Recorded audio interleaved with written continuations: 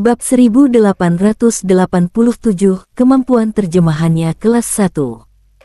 Mu Bei melongo. Ia bertanya pada Labu Kekacauan dan yang lain, dia barusan maksudnya apa? Labu Kekacauan berpikir sejenak, lalu berkata, kira-kira artinya, sini, dengerin aku kentut buat kamu. Ding kecil tertawa terbahak-bahak, lukisan kata-kata si Labu ini selamanya hidup dan jelas banget. Tungku Penelan Langit berkata, kali ini kamu ngomongnya lumayan juga. Pedang Pemenggal Iblis dan teratai pusaka tingkat 9 berseru, ikut. Mu Bei juga tertawa lepas. Ia menatap Labu Kekacauan dan berkata, walau si pembangkang kecil ini kelakuannya banyak, tapi kemampuan terjemahannya super kelas 1. Labu Kekacauan melompat-lompat, wajib dong. Sementara itu, Zhao You dan yang lain sudah murka. Jenderal Perang ke-6 membentak, kalian para bajingan, berani-beraninya begitu tidak hormat pada Tuan Boye. Labu Kekacauan menoleh padanya dan memanggil, si imut.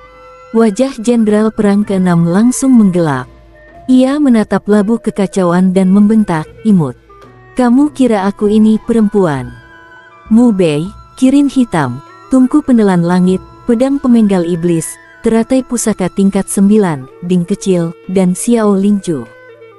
Ding Kecil berkata, sebutan, si imut itu, bukan beneran muji kamu imut itu sama saja lagi bilang kamu bego, anak kecil.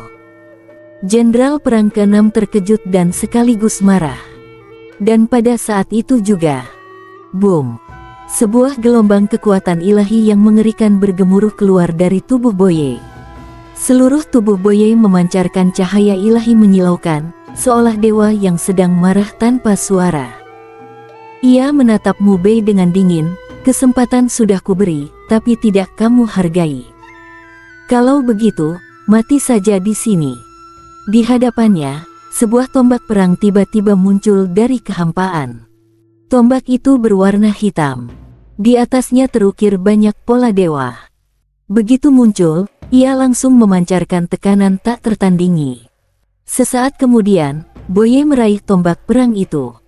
Begitu ia menggenggamnya, aura yang jauh lebih mengerikan meledak dari tubuhnya, langsung menghancurkan hamparan ruang di sekeliling. Ia mengayunkan tombaknya menyapu. Hanya satu sapuan sederhana, tapi serpihan cahaya tombak memancar deras. Setiap helai cahaya tombak itu mengandung kekuatan yang cukup membuat orang gentar. Dalam sekejap, semuanya sudah tiba di depan Mu Bei. Mu Bei tidak mengelak maupun menghindar. Niat pedang kematian, niat pedang penyegelan, dan niat pedang tajam mutlak semua menyatu pada pedang pembasmi bencana di tangannya. Ia berturut-turut mengayunkan pedang. Ser, ser, ser. Satu demi satu cahaya tombak hancur berkeping-keping. Namun, cahaya tombak terlalu rapat dan tidak pernah benar-benar putus. Pelan-pelan, tubuh Mu Bei mulai terdorong mundur di bawah hujan cahaya tombak itu. Lu Sanzong berkata dingin, berani-beraninya tetap arogan di depan Tuan Boye. Kematianmu sudah pasti. Zensang menimpali, pasti. Tepat pada saat itu, dari tubuh Mu Bei tiba-tiba meledak cahaya perak yang amat menyilaukan. Sebuah aura yang dalam, luas, dan suci menyebar keluar. Ia mengayunkan satu tebasan pedang. Dengan tebasan ini, kekuatan pedang langsung melonjak. Seperti gelombang kehancuran yang mengamuk, semua cahaya tombak hancur lebur dengan mudah. Sesaat kemudian, Boye buru-buru menusukkan satu serangan tombak ke depan. Ding! Suara logam yang menyakitkan telinga bergema. Sosok Mu Bei muncul tepat di hadapannya. Ujung tombak perang bertemu ujung pedang pembasmi bencana, saling bertubrukan di satu titik. Boye menatap Mu Bei di depannya. Pupil matanya tiba-tiba menyusut, kamu. Saat ini, seluruh tubuh Mu Bei diselimuti cahaya perak. Bahkan bola matanya pun telah berubah menjadi perak. Zhao You dan yang lain juga terkejut, ranah hati langit.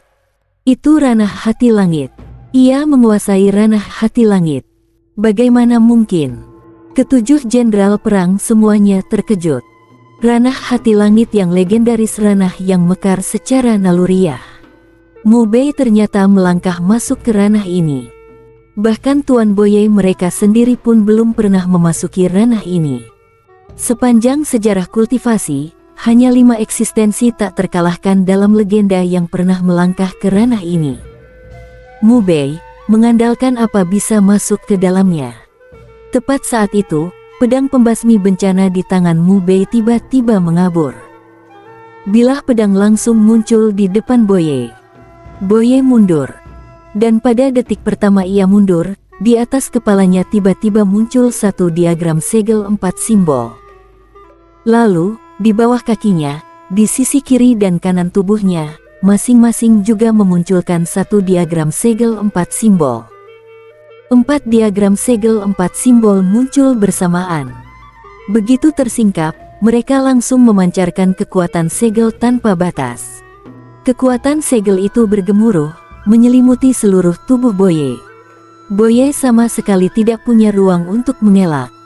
Sesaat kemudian, keempat diagram segel 4 simbol itu menenggelamkan dirinya. Namun pada saat yang sama, Mu Bei tiba-tiba menebas ke belakangnya.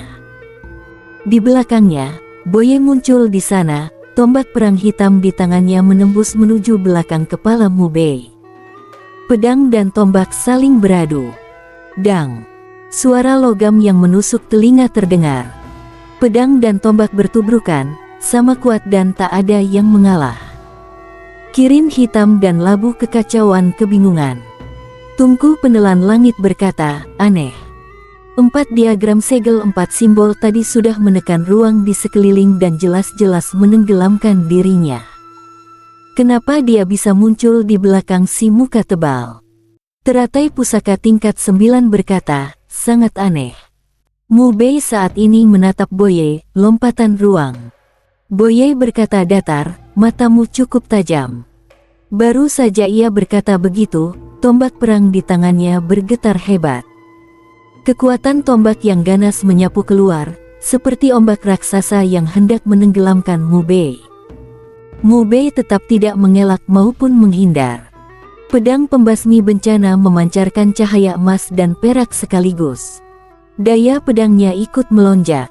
Sesaat kemudian, swing, swing, keduanya menghilang.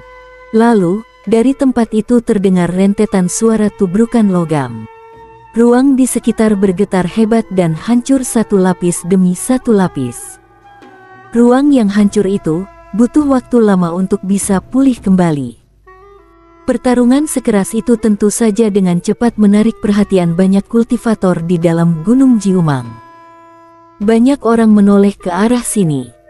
Begitu melihat, mereka langsung mendapati Mu Bei dan Boye sedang bertarung. Itu, Boye itu, orang satunya siapa? Berani-beraninya adu kekuatan dengan buff itu dia sepertinya menguasai ranah hati langit. Benar, itu ranah hati langit dalam legenda. Astaga! Sejak kapan di kawasan rahasia ke-6 muncul seorang kuat seperti ini, yang sampai menguasai ranah hati langit legendaris? Banyak orang terperanjat karena Boye muncul di tempat ini. Namun mereka lebih terkejut lagi pada kuatnya Mu Bei, yang ternyata bisa bertarung seimbang dengan Boye, dan bahkan tampaknya menguasai ranah hati langit. Sesaat kemudian, ada yang mengenali Mu Bei, itu dia. Orang yang sebelumnya membantai para ahli tingkat tinggi dari klan Bu. Tidak disangka, dia ternyata kuat sampai seperti ini. Dang, dang, dang. Suara benturan pedang dan tombak terdengar berkali-kali. Gelombang kejut dari kekuatan ilahi menghancurkan ruang di sekeliling berkali-kali. Keduanya benar-benar imbang. Cukup. Sebuah suara dingin bergema. Itu suara Boye. Ia tiba-tiba mengangkat tinggi tombak perang di tangannya. Seketika itu juga, di langit sambaran petir dan kilat saling bersahutan. Gugusan awan tanpa batas tercerai-berai. Di puncak langit, sebuah tombak energi ilahi sepanjang 1000 zang termanifestasi, membawa aura pemusnah dunia. Sesaat kemudian, ia mengayunkan tangannya, melempar tombak cahaya 1000 zang itu lurus ke arah Mu Bei. Kemanapun tombak itu lewat, ruang kosong sepenuhnya dilenyapkan. Namun pada saat bersamaan, di sekeliling tiba-tiba menyala garis-garis cahaya yang menyilaukan. Cahaya itu adalah pola formasi. Pola-pola formasi itu sangat rapat, dan dalam sekejap saja sudah membentuk 1000 formasi pembantai raksasa. Begitu 1000 formasi pembantai itu terbentuk, mereka seketika menyedot habis semua energi spiritual dan berbagai partikel energi di sekitar. Lalu, mereka memadat menjadi tak terhitung banyaknya cahaya pembantai berupa ki pedang. Daya bunuhnya mengerikan. Pemandangan ini membuat semua orang bergidik, ini. Kapan dia mengukir begitu banyak formasi pembantai?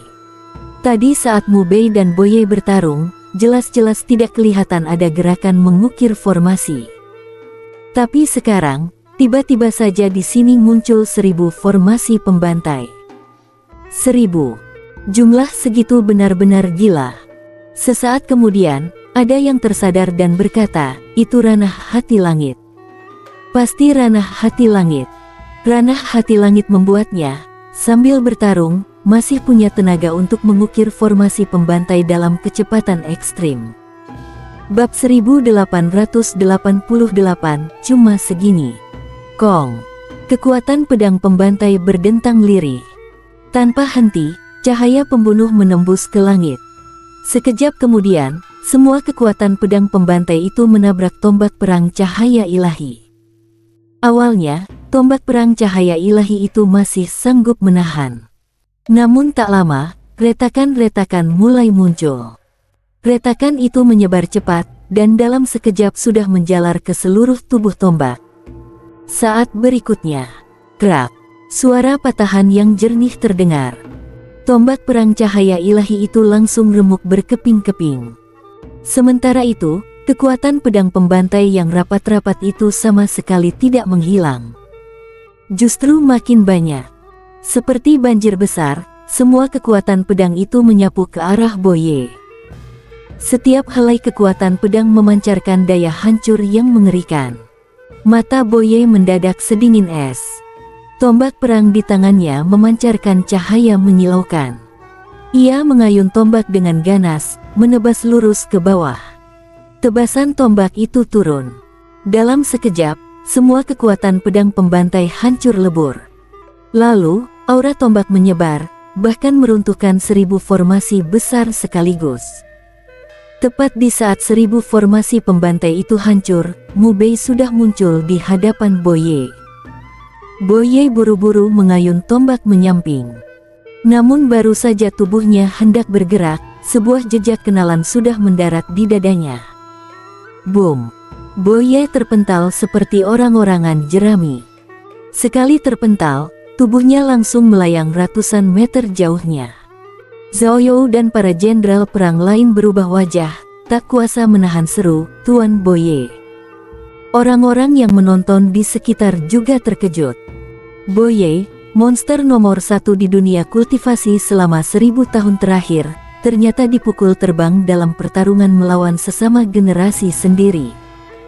Ada yang menatap Mu Bei dan berkomentar, memang pantas disebut pria yang melangkah ke ranah hati langit. Kekuatan ini. Mu Bei menatap Boye. Cuma segini. Mata Boye seketika membeku dingin.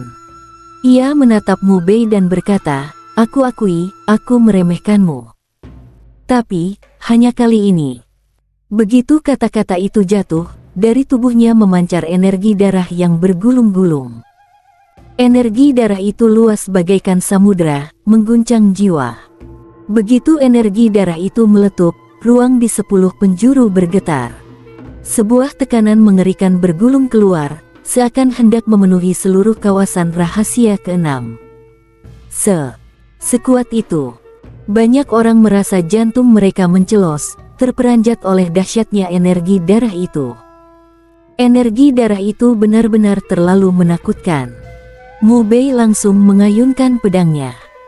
Begitu pedang terayun, sebilah kekuatan pedang berwarna emas perak sudah muncul di depan Boye. Boye tidak bergerak sedikit pun. Hanya dengan riak energi darah di sekeliling tubuhnya, kekuatan pedang itu sudah hancur berderai.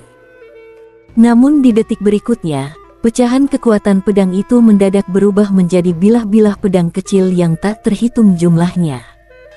Bilah-bilah kecil itu melesat sangat cepat, kembali menyapu ke arah Boye. 2 tingkat pedang. Seseorang berseru.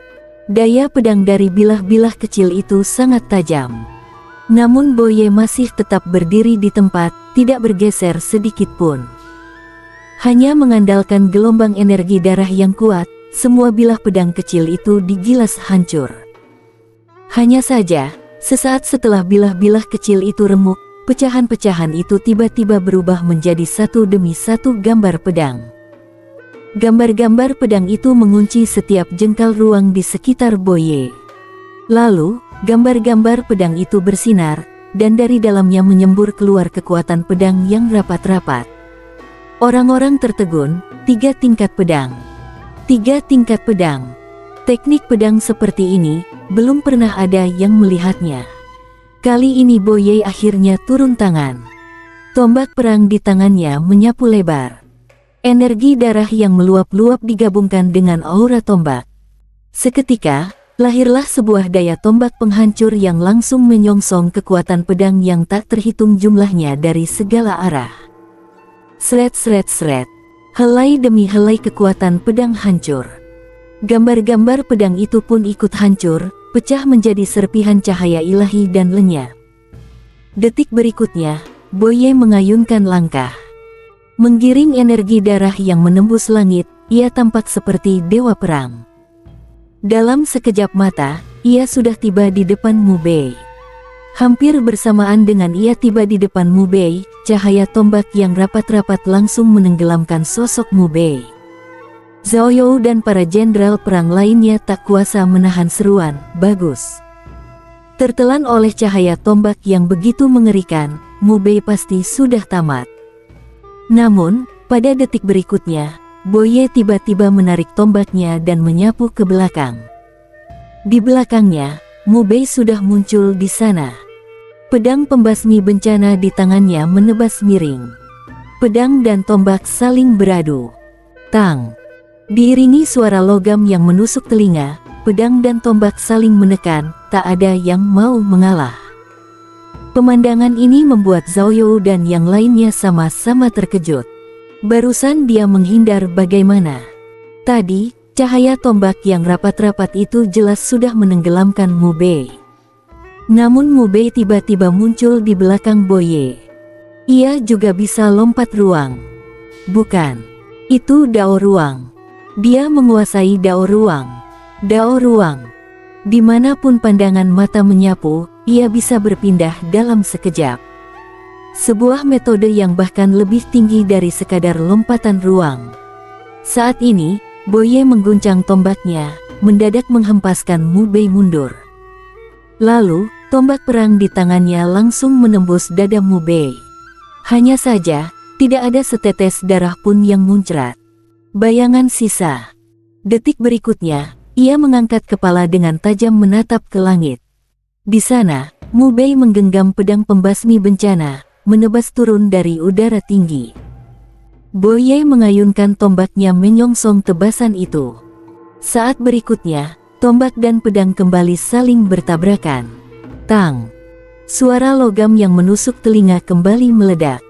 Pedang dan tombak kembali imbang. Pada saat itu juga, di sekitar Boye tiba-tiba muncul cahaya demi cahaya. Satu demi satu gambar segel 4 simbol menampakkan diri. Jumlahnya mencapai ratusan. Segel 4 simbol. Semua orang gemetar. Dalam pertukaran serangan yang singkat barusan, Mu Bei ternyata diam-diam sudah melancarkan ratusan gambar segel 4 simbol. Secepat apa itu? Hampir sulit dibayangkan. Ada yang menelan ludah. Inikah kekuatan ranah hati langit? Benar-benar. Ranah hati langit. Sebuah ranah pamungkas yang bisa mengubah yang mustahil menjadi mungkin. Wung. Ratusan gambar segel 4 simbol itu menyala. Aura segel yang pekat menenggelamkan ruang di 10 penjuru.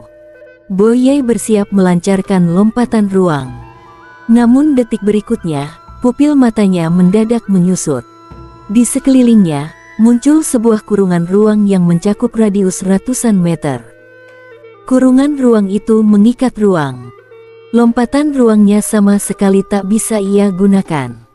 Ia hanya bisa menyongsong ratusan segel 4 simbol itu secara frontal.